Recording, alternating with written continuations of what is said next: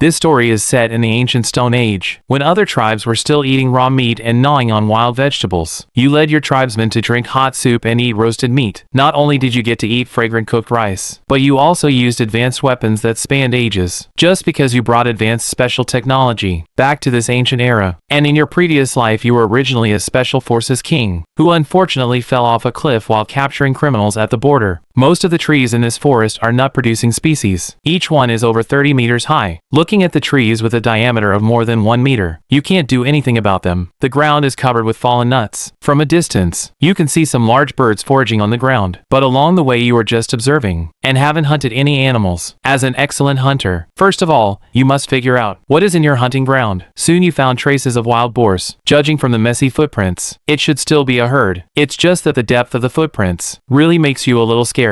It seems that the weight is at least over 1,000 caddies. You march forward cautiously all the way, and finally cross the highland of the ridge. Suddenly your eyes lit up. You saw in the valley ahead lies a sparkling stream. By the stream are some giant aloes. At this time, more than a dozen entelodonts are drinking by the stream. It looks like a complete family. The leading boar is estimated to weigh 1,500 caddies. Behind him are his first, second, and third wives, and more than 10 cubs the size of domestic pigs. Never having seen such large prey, you didn't expect much at all, and started to set up traps alone. Using grass ropes on the boar's footprints, you made several figure 6 slip knots. The other end is tied directly to a big tree. As long as the pig's hooves step into it, the slip knot will tighten automatically, and the more they struggle, the tighter it gets. For safety's sake, your companions climb directly up the trees under your arrangement. Now you just need to make the herd of pigs turn back. You quietly circled around to the bushes on the other side of the stream, covered your body in mud. Holding 2 branches, you suddenly jumped out from behind the bushes, shouting at the top of your lungs at the same time. The herd of pigs had never seen such a creature, and immediately ran into the forest wildly. You chased closely behind, shouting and running. Before long, the wailing of wild boars came from ahead. When you walked to the trap area, you saw that leading boar, and an adult female pig lying on the ground. This kind of grass rope won't last long. You cautiously approached with a bone spear, seized the opportunity and fiercely thrust it into its open mouth. The sharp bone spear directly pierced its back neck. Pig's blood sprayed out like it was free. Before long, the 1,500 caddy big guy finally fell to the ground, its body twitching from time to time. You finally let out a long sigh of relief, but soon a problem lay before you. Such a big wild boar. How could just 5 children get it back? Looking at the female pig struggling continuously nearby, your eyes suddenly lit up. The female pig was tied to a tree with the grass rope. Then her mouth was tied tightly with a rope to prevent biting. Next, 2 ropes were used to tie the female pig's 2 front legs respectively. Finally, the male pig's rope was tied to the female pig's body. After all the things were done, you led the pig's mouth from the front to guide the direction. Big Mouth and Monkey each led a front leg of the female pig, walking on both sides. Dummo and Irmo held sticks and walked at the very back on alert, walking through the dense jungle like this all the way. Finally, you saw the tribe's cave from a distance. A companion cleaning the bushes outside discovered you first. He howled to notify the tribe. Before long, they all swarmed over to welcome you, but none dared to get close. They had never seen such a large prey before. You called Lame over, asked him to prepare a water vat and salt, and when he brought the water vat over, you dug a pit in the ground, then placed the water vat in the pit. The mouth of the vat was only a little above the ground. Then everyone pressed the female pig to the water vat together. You directly stabbed a knife into its neck. The fresh blood sprayed into the water vat without spilling a single drop. Before long, a vat full of blood was filled. You poured a bowl of salt water into it and stirred evenly. It won't be long before it turns into delicious blood tofu. It will be used to make soup to drink tonight. The skin of the entelodont can be scraped to make leather boots or a backpack. These 2 pigs should be able to make many pairs. A layer of white leaf lard under the skin is fully 4 fingers thick. It will be rendered over the fire later. The remaining parts, except the pig lungs used for fishing, are all edible. The smoking rack is hung full of large and small meat chunks. A vat of boiled blood tofu. 3 vats of white lard. The children are smiling and happily picking up the cracklings continuously. Even Subing eats very joyfully. Just when Lame opened the kiln to take out pottery in the evening, the large group that had been busy all day also returned. The fishing team caught fully hundreds of fish. The hunting team wasn't bad either. 3 wild pheasants and 2 big snakes. More than 10 bird eggs and a dozen marmots. And a basket of nuts. Even more surprisingly, Today, Subing's aunt, leading the gathering team, found a new kind of food. It's a very, very sweet tree root. Cutting open the outer skin, there is actually natural amber-colored sugar inside. Collecting more can be used to refine white sugar. For this, you specially praised that young girl. Everyone was very happy eating dinner, but the elder had a dark face, holding a bramble vine covered with red thorns. He kept whipping Subing's aunt. You knew from the original owner's memory. That vine was similar to family rules in the tribe, specifically for beating those who made big mistakes. Seeing this, you hurriedly stopped the furious elder, and asked him the reason for beating her. As a result, he said that kind of tree root is the bait of the demon tree. Everyone who stealthily eats the tree root will be eaten by the demon tree. Hearing these words, you quickly told everyone to stop eating this kind of tree root. It's not that you really believe his claim, but you are worried that this thing might actually be poisonous in case, or people might get addicted after eating it. Because of this matter, when sleeping at night, you remained very vigilant all along, carefully feeling the changes in your body. Fortunately, nothing happened overnight. When people all came out, you started to arrange today's work. The other things were the same as usual. The only difference was that Subing and his mom went to the fishing team, while you took 4 little followers to the gathering team. You wanted to go and see what exactly was the matter with the demon tree in the elder's mouth. The location of that tree was deep in the back mountain of the cave. There were not many tall trees on this mountain, but the bushes were very lush, and there were also quite a few fruit trees. During the march, you pleasantly discovered the chili peppers you had been longing for, a red patch hidden in the bushes, but the tribesmen never ate this. This stimulating taste made them think this thing couldn't be eaten. Immediately, you instructed the 4 little followers that they didn't need to do anything else today, but just concentrate on picking chili peppers here. You continued to advance with the gathering team, crossing a mountain ridge. What came into view was a basin. Here, greenish animal skeletons could be seen everywhere, just like a mass grave. And in the center of this basin, a strange tree about 60 meters high just stood there. The tree roots covered an area with a radius of 500 meters. The closer to the center, the more root nodules there were. Such a pattern seemed to be attracting animals to get closer to the trunk. Your intuition told you, the closer to the trunk you get, the more dangerous it must be. However, you still planned to step closer to take a look. Relying on your own skills, you were confident you could retreat safely. With every step you took, you used your spear to poke the ground ahead, slowly approaching towards the middle. Just when your spear poked the area covered by the tree canopy, the intuition cultivated from years as a special forces soldier told you, danger was about to arrive. So you hastily withdrew the spear, and retreated along the original path. A spike nearly a meter long pierced straight into the ground. The target was exactly the position where your spear just touched. Each of these spikes was nearly a centimeter in diameter. There was also a white flower the size of a bowl at the tail end. Isn't this a natural arrow? You were instantly extremely happy. The illusion of borrowing arrows with thatched boats suddenly popped out of your brain. You used your own woven basket as a target, tied a long rope to the basket, threw it under the tree canopy. Swoosh, swoosh, swoosh. More than 10 spikes were inserted in an instant, repeating the operation back and forth. You quickly got 2 large bundles of spikes. When going out, you instructed those women that the tree roots could be eaten, but they were only allowed to gather from the periphery. On the way back to the tribe, you collected another 100 in the woods, demon tree saplings that had already grown to 3 centimeters thick. These grew perfectly straight piece by piece, and were the best material for making spears. You called over the 4 little followers who were gathering chili peppers, and the 5 people carried these small saplings home together. Returning to the tribe, the children were again enclosing the things you brought back to watch, but in the eyes of those pregnant women, the things you brought back were all useless. Chili peppers couldn't be eaten. The sticks were not thick enough. Hitting a prey wouldn't kill it either. But this didn't affect your happy mood in the slightest. For the rest of the time, you were going to properly update your equipment. The peeled spikes had a fine and hard texture, with a diameter about as thick as a cigarette. If made into arrows, they should also be heavy arrows, although it would affect the range. The penetration power would be strong, and the small saplings 3 centimeters thick. Because of the hardwood quality, you needed to carbonize the surface, then grind out a sharp point. It is absolutely enough for hunting. In the future, all the people in the tribe should be equipped with this new style of spear. Now what's missing is a bow. With the current conditions, you can only make a longbow. Although cumbersome, its power is not weak at all, and making a longbow requires cedar wood. There were some in the forest where you caught wild boars yesterday. You just needed to find one of the right size. In fact, what you missed the most was what you discovered when hunting wild boars. The aloe, the fiber rich in its leaves, is the best material for making ropes. It can also be used to weave cloth and make clothes. Although it can't compare to rami, it's after all much better than animal skins. And it's also very sturdy. More importantly, the sap of its leaves can be used to treat wounds. It can reduce inflammation and detoxify. as well as clear away heat and relieve internal heat. Speaking of this, you plan to plant aloe on a large scale starting next year. By then the tribesmen will have clothes to wear. It will also greatly reduce infection deaths caused by hunting injuries. The next day you came to the forest where you caught wild boars. You very luckily discovered 2 cedar trees knocked down by some unknown animals. They had already been shade dried. They were just right to be used to make a bow. Spending a whole day, you first prepared a stone axe and a stone knife. Then after another whole day of cutting and chopping, a 1.5-meter longbow finally started to show its shape. It took another day of careful correction and polishing before it was finished. The bowstring was twisted out of sisal fiber. The arrows were all made of the ready-made spikes. The fletchings used the blue-green feathers of the terror bird. You made over 200 of them in one breath. 2 days later, you gathered all the tribesmen in the clearing. 30 meters away from you stood a straw target, on which hung several marmots caught just today. You first gave everyone a demonstration of spear throwing, hitting the straw target from a distance of 30 meters, followed by a close-range thrust with the spear. The tribesmen were very excited to see this. They didn't know until now that what the chief had been making these past few days were weapons. Except for the relatively young children, you distributed one to all the tribesmen, while the hunting team got 3 each, 2 throwing spears, and the remaining 1 for close-range thrusts. Those children approaching adulthood must practice throwing spears every day, in addition to pulling weeds and playing. The white-shafted spear looked great, and the tribesmen simply could not put this weapon down. This was also, besides throwing stones, the only weapon capable of long-distance attacks. Next, you demonstrated the bow and arrow, from a distance of about 100 paces, firing 5 arrows consecutively, all hitting the marmots. Everyone was totally stupefied, all scrambling and crowding forward, just to get a touch of it. However, you were just demonstrating it for them, not planning to popularize it right now. Making it was still too difficult after all. Having successfully promoted the spear, you started preparing to make leather boots. 2 black wild boar skins underwent multiple rounds of tanning, and had become very tough and resilient, to ensure everyone could get a pair, except for your boots, which were entirely made of pigskin. All tribesmen's soles were made of wild boar skin, while the uppers were sewn from the animal skins of various small animals. Subing's boots were crafted by your own hands. The boot shafts reached all the way to the knees, lined entirely with fluffy animal hair inside, making them extremely warm to wear. After putting them on, the little brat showed off to everyone every day. Following this round of operations from you, the initially sparse number of small animal skins in the tribe had also been completely exhausted. The weather was getting colder and colder, and the need for animal skins was imminent. Now that there was enough pottery, you arranged a new task for the crippled man to fire bricks. When there were more bricks, a larger kiln could be built, and they could even be used to build walls and houses. The weed-pulling task arranged for the little companions was also mostly completed. Tens of acres of land just outside the cave had all been thoroughly cleared, suitable for either building houses or farming. It was just that there were no suitable seeds right now, so you could only plant some chili peppers. Sisal is a perennial plant, and you plan to plant it on the back mountain. Harvesting it once a year would suffice. With these long-term tasks arranged, you prepared to head to a farther place to search for large herbivores. The equipment needed for the long journey had already been prepared by you long ago. Whether it was weapons, food, or tools, everything you needed was fully prepared. After finishing giving directions to the tribesmen, you put on your bamboo basket and set off. While the elder's face was filled with worry about your journey this time, he had never seen anyone who could spend the night outside the cave and still stay alive. Herbivores were generally on the grasslands. Now, the first step was to walk out of this boundless forest. After walking for an entire morning, the trees also became shorter and shorter, which made you very happy. This was a precursor to finally exiting the jungle. A morning of traveling left your mouth completely dry. You came to a river wanting to drink some water. Just as you squatted down and took out the clay bowl to scoop water from the calm river surface, a monstrous creature suddenly leaped out, snapping at you with a bloody mouthful of serrated teeth. You were frightened and instantly turned back. The monster took a bite of the bamboo basket. The water monster's mouth was perfectly wedged open by the back basket, wanting to spit it out but unable to, wanting to bite it to pieces but it was too hard, and could only thrash its head back and forth. You were dragged into the water, swaying left and right. At the critical moment, you struggled to draw the bird beak from your boot. The dagger snapped one strap of the basket. Only then did you strenuously manage to turn around. You held onto the remaining strap for dear life with one hand, lunging your dagger fiercely onto the water monster's head with the other. The water monster thrashed with even greater magnitude, carrying you as it leaped high above the water's surface, then violently slamming you back down and dragging you wildly crashing through the water. With a single flip, you mounted the water monster's head, viciously plunging several knife blows into its 2 eyes. Blood mingled with brain matter immediately spewed incessantly from the 2 eye sockets, muddying a large stretch of the river water. Gradually, the water monster's thrashing also grew weaker and weaker, finally resolving directly into twitches. Exhausted, you swam to the opposite shore. After resting for a while, the water monster was also completely dead, floating on the river with its snow-white belly facing upward. Your bamboo basket was still firmly lodged in its jaws. You could only find a tough tree vine, routing it through the water monster's eye socket, to drag the water monster up with monumental effort. Only then did you have the time to carefully inspect this monster. It turned out to merely be a fish, with a body length fully around 5 meters. After resting for a while, you grabbed a stone axe and began to knock on the fish's incisors. There were over 50 triangular teeth as large as a child's palm. You only retrieved the bamboo basket after completely breaking them off, checking the items inside. Luckily, the tinder pot didn't get flooded. The other items were slightly damaged, but still usable. Yet just as you were thinking of making a fire to roast the clothes, a sudden burst of footsteps came from inside the forest. A woman with ghastly pale skin could be seen, bringing a little girl along, looking at you in pure horror. Following this, the two let out a scream, and took off running, dropping a rotund-looking object on the ground. You walked over and took a look, to find out it was a wooden bucket, crafted by burning out the core of an entire log segment. From the looks of it, those two women just now must have come for water. They directly threw away the wooden bucket and ran, and they might even bring someone in a moment. As expected, before long, the woman who came for water rushed over with a few of her tribesmen. They wore robes made of white animal skins, and their skin was as white as if coated in white powder. The group of people looked somewhat startled at the massive fish behind you. A man resembling the leader stared at you, and pointed at the wooden bucket on the side. You immediately understood his intention, picking up the wooden bucket with the spear and handing it to their leader. The leader accepted the wooden bucket, jabbering something unintelligible, then pointed to the huge fish behind you. Although you couldn't understand anything, seeing him point at the fish gave you the general idea of what he meant. You then took a step to the side, clearing the way to the fish. The opposing group rushed straight toward it, and delivered a savage beating to the huge fish. A few women among them even began sobbing aloud. The leading man wore a smile on his face, hammered his fist against his own chest, and then reached his fist toward you. You wore a confused look, but seeing the man smile, there was no sign he meant to fight. You hesitantly bumped your fist into theirs. The man burst into hearty laughter, warmly embraced you, and then started to jabber continuously, communicating with you via words and gestures. Even if there was a language barrier, expressions and body language still served as a medium of communication. In gratitude for your slaying the monster fish, he hoped you could pay a visit to their tribe, seeing that evening was approaching, and your two tribes were not far apart. Perhaps they could be a group for trading goods down the road. So you simply went ahead and promised him. You signaled them to lift the fish along, as it was an edible item. The man showcased plenty of astonishment. To their minds, being eaten by the fish was the only option. Since when did anyone eat fish? But he still went ahead and agreed. Since the fish was too massive, they could only chop it up before sectioning it to take away. You had to keep on working. The silver-colored fish skin was up to 4 meters long, and 3.5 meters wide. Very glassy smooth along with some elasticity. The best part was its waterproofing capability. You decisively put it away, following a clean slice of the remaining fish meat. It was chunked up into large segments and hauled away. Their tribe resided natively in the woods, without walking even 10 minutes. A gigantic tree hollow manifested in plain sight, and the spatial volume inside measured at just about 100 square meters. Though not exceptionally vast, it was definitely enough space for them, because they had a truly sparse number of people. Adult men combined with adult women amounted to only 14, tallying all of the children into the count. There's just 32 in sum total. This tribe subsisting out of a tree hollow came to be known by you as the Tree Tribe. The reason why their skins were all pale was because they spent their entire lives living in this light-deprived forest. Their elder points to the east with his hand and tells you, out of the black forest from that direction, there is a mountain like a cloud in the sky. On that mountain there is a kind of animal with 2 sharp horns. They run as fast as the wind. No one can catch them. Based on his description, you guess that it should be a large antelope-like animal. If you chase it, you definitely won't be able to catch up, but you can set up traps in advance. At this time you seem very confident, but Dashu and Elder Shu do not expect much from you. Seeing the elder no longer speak,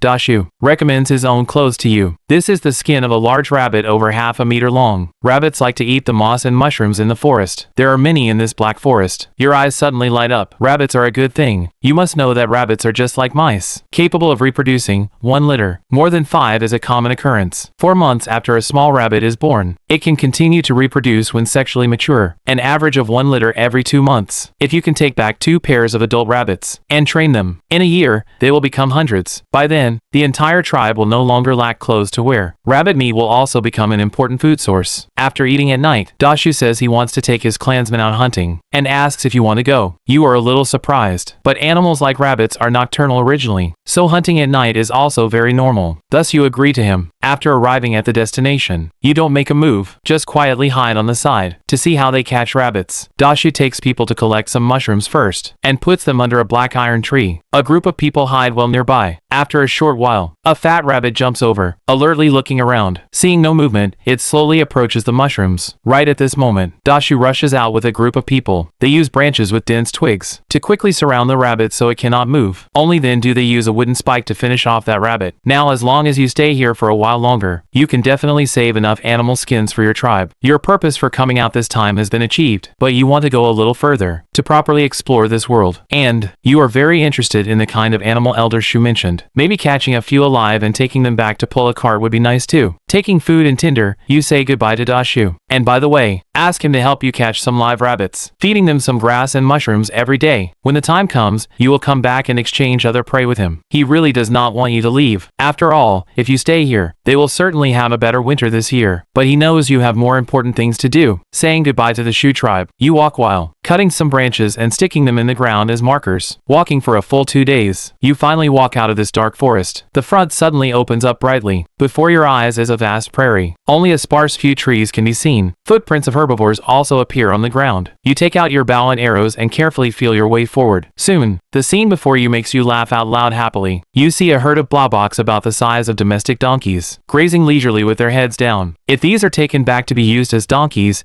there would be no problem either. You instantly have the idea of capturing them alive. But these blauboks are not to be trifled with at first glance. Just looking at the pair of sharp horns on their heads, you know, if you rush over rashly, and these dozen or so all come at you together, then the whole tribe will be having a funeral banquet. Observing carefully, you find, now this season is the animals' mating season, and in this herd of blauboks, there is only one adult male antelope. The others are 8 female antelopes and 8 young antelopes. Seeing this, you immediately have an idea in your heart. As long as you use the method for dealing with terror birds, first control that male antelope, the others will definitely follow on their own. You then carefully retreat to a safe place, and start making a sling. You burn the cross-section of the broken leg to death, so that it no longer grows. The 7 horse antelopes from struggling fiercely at the beginning, directly become sluggish quails. Finally you find a rope, tie the male horse antelope to the first lead, and all the rest are strung together in series. By the time these are done, it is almost dark. You lead them to a small stream, and stew a pot of dried rabbit meat to settle dinner. Only some termite mounds, but the weathered soil inside is excellent pottery making material. Simply return to the tribe, to your own tribe. It's only a 3-day journey on foot. If you use blauboks to pull a cart, it can be much faster, as long as you build a bridge first after going back. Having made plans for the future, you also have time to properly appreciate the surrounding scenery. The water system to the east of Babao Mountain is developed. It is an endless wetland marsh. The water and grass at the foot of the mountain are lush. It's a paradise for flora and fauna to inhabit. Knee-high ryegrass, waist-high alfalfa, elephant grass growing as tall as trees. These are all favorites of various herbivores. The open space in front of the tribe's cave is exactly right to be used to plant these forage grasses. Your great cause of raising rabbits, and these blauboks that are about to become laborers, can all be fed simply by relying on them. There are also broadleaf quillwort and water celery. Getting some back can appropriately supplement vitamins. In half an afternoon, you collect a bag of grass seeds, and tie it on the back of a female horse antelope. You then begin looking for your dinner. Soon an ancient giant goose with a wingspan of fully 5 meters is shot down from the air by you with 2 swift arrows. All the feathers that can make arrows are plucked clean by you. You plan to roast it whole, to replenish the dried rabbit meat in the basket that has bottomed out. But just as you crouch by the water's edge to slaughter the goose, an accidental discovery makes you almost shed tears of excitement. You actually find uneaten rice in its stomach that hasn't had time to be digested. Moreover, you've never seen this kind of rice at all. Each grain is a bit larger than a mung bean. This is the first grain crop you've discovered in this world. Your first thought is that you must find it. You didn't rest at night, finding some branches. You start intensely making equipment to go deep into the marsh. You must harvest those rice grains before those animals do. Early the next morning, you carry the simple dugout canoe, and find a place where the water is deep. Then paddle towards the depths of the marsh wetland. A little girl picking mushrooms out of fear was tripped by a tree root to the ground while running away. A flying axe smashed into her back, followed by an enemy catching up and piercing her to death with a spear. A group of savage cannibals laughing surround her and begin to drink blood. Dashu's teeth rattle from grinding, but he doesn't stop. He knows even if the whole tribe goes together, they will only be meat on the chopping block for them because of that dead little girl. The enemy's pursuit finally stalls for a moment. Dashu hurries back to the tribe and tells the elder this matter. The enemy is too strong, completely unbeatable. Only migration is an optional path. Elder Shu finally makes a decision, letting Dashu lead the clansmen. to go east of the Black Forest to find you. After all, from your weapons it can be seen, your tribe must be very strong, and he himself stays behind to hold the enemies back. Anyway, he can't walk anymore. Dashu holds back his grief, and nods his head heavily, hurriedly having people pack up all things. He sets off towards the east. In fact, he has no bottom in his heart either. You have been gone for several days already. Where are you now? Whether you are actually still alive. He doesn't know any of this, but if they don't leave now, they can only wait for death. He already has no choice. Not long after, the enemies behind find their tribe. That tree hollow where they lived for generations has already turned into a sea of fire by this time. It's Elder Shu who ignited it, just hoping to burn to death a few enemies who intruded their tribe, to buy everyone a little time. After this change, the Shu tribe, which only had 32 people originally, now only has 30 people left. The group is downcast, traveling non-stop towards the east of the Black Forest. Originally Dashu doesn't hold much hope of finding you, but when he sees along the way fresh branches inserted obliquely into the ground, he immediately has confidence again. In 1.5 days' time, they arrive at the outskirts of the Black Forest. Just as they come out, it is already evening. The sky turns crimson under the reflection of the setting sun. The clansmen of the Shu tribe are immediately attracted by the scene before their eyes. This is still their first time seeing the outside world, but Dashu keeps frowning. The marks you left break off here. He doesn't know where he should go to find you. Just as he is at a loss, he suddenly notices traces of living by the stream. Looking closely, there are still quite a few animal footprints on the soft mud ground. Among them are traces of your strange boots. Dashu is instantly relieved. He knows you must be right nearby. Therefore, he lets all the clansmen spend a night here first before anything else. And right when Dashu is running for his life with the clansmen, you are carefully searching all around in the depths of the marsh. To find rice grains in the dense reeds is not easy. Suddenly your eyes light up, thinking of something. Waterfowl all like to eat this kind of rice. Then you only need to go to places where waterfowl gather to look for it. Thinking of this, you immediately take action. While paddling the dugout canoe, while using a wooden stick to slap the water surface hard, suddenly in the reed bushes not far away, a flock of waterfowl flies up with a splash. Following the direction where the waterfowl were startled, you row over quickly. As the distance gets closer and closer, a small patch of rice with ears slowly appears before your eyes. Your eyes suddenly burst with light, and your heart can't help feeling joyful. This is the wild rice you are looking for. Immediately, you paddle even harder towards that shallow tidal flat. But just as your small boat is about to reach the destination, a burst of human shouting suddenly sounds behind you. Looking back along the sound, you see a few naked primitive people are holding a few pieces of driftwood floating on the water surface, waving their hands while shouting non-stop, looking very anxious. These people are exactly the Ling tribe who live in this marshland. The population of this tribe is only over 50 people. At this time, they are gathering water caltrops, their winter reserve grain, suddenly seeing a fellow kind sitting in a magical thing floating on the water, slowly drifting towards the death zone spoken of by the elder. Out of a good heart, the leader of the tribe's gathering team, Ling Chao, hurriedly shouts at you, hoping you won't continue going towards there. Pity you can't understand their language, and just look at them with a confused face. Seeing that you have no reaction, Ling Chao hurries to swim towards you. Just as you are still in a daze, Ling Chao has already swum to the side of your boat. She uses her hand, pointing at that reed bush growing a lot of rice, shouting non-stop, with anxiety and fear in her expression. Seeing that the other party is not hostile to you, you also relax. But judging from this woman's expression, she should be telling you there is danger there, and you can't go. You make gestures comparing a wild beast's action, and imitate a wild beast's cry with your mouth. Then point to that reed bush again. Ling Chao shakes her head, pointing at you and then pointing at that place, then putting her hand on the water surface, doing a slowly sinking action, indicating that going over will result in sinking. You understand Linko's meaning, and are instantly relieved. You are very grateful for the other party's kind reminder, but you have already made adequate preparations. There is no reason to give up now. So rowing the oars, you drift toward the reed bush without looking back. Ling Chao immediately shouts at you in a panic again, but she doesn't continue swimming forward. However, the next moment she is stunned dumbfounded, seeing you on the soles of your feet, tie on two things like boards. Not only can they stand people, but also can hold things. A few smart people instantly visualize the scene of them rowing this small boat, gathering water caltrops. Looking at these people in front of you, you get a little angry at once, but seeing their appearance it seems they have no malice, so you don't flare up. Ling Chao sees your faint signs of getting angry, and hurriedly gestures with you, while asking if you can teach them to make this kind of thing.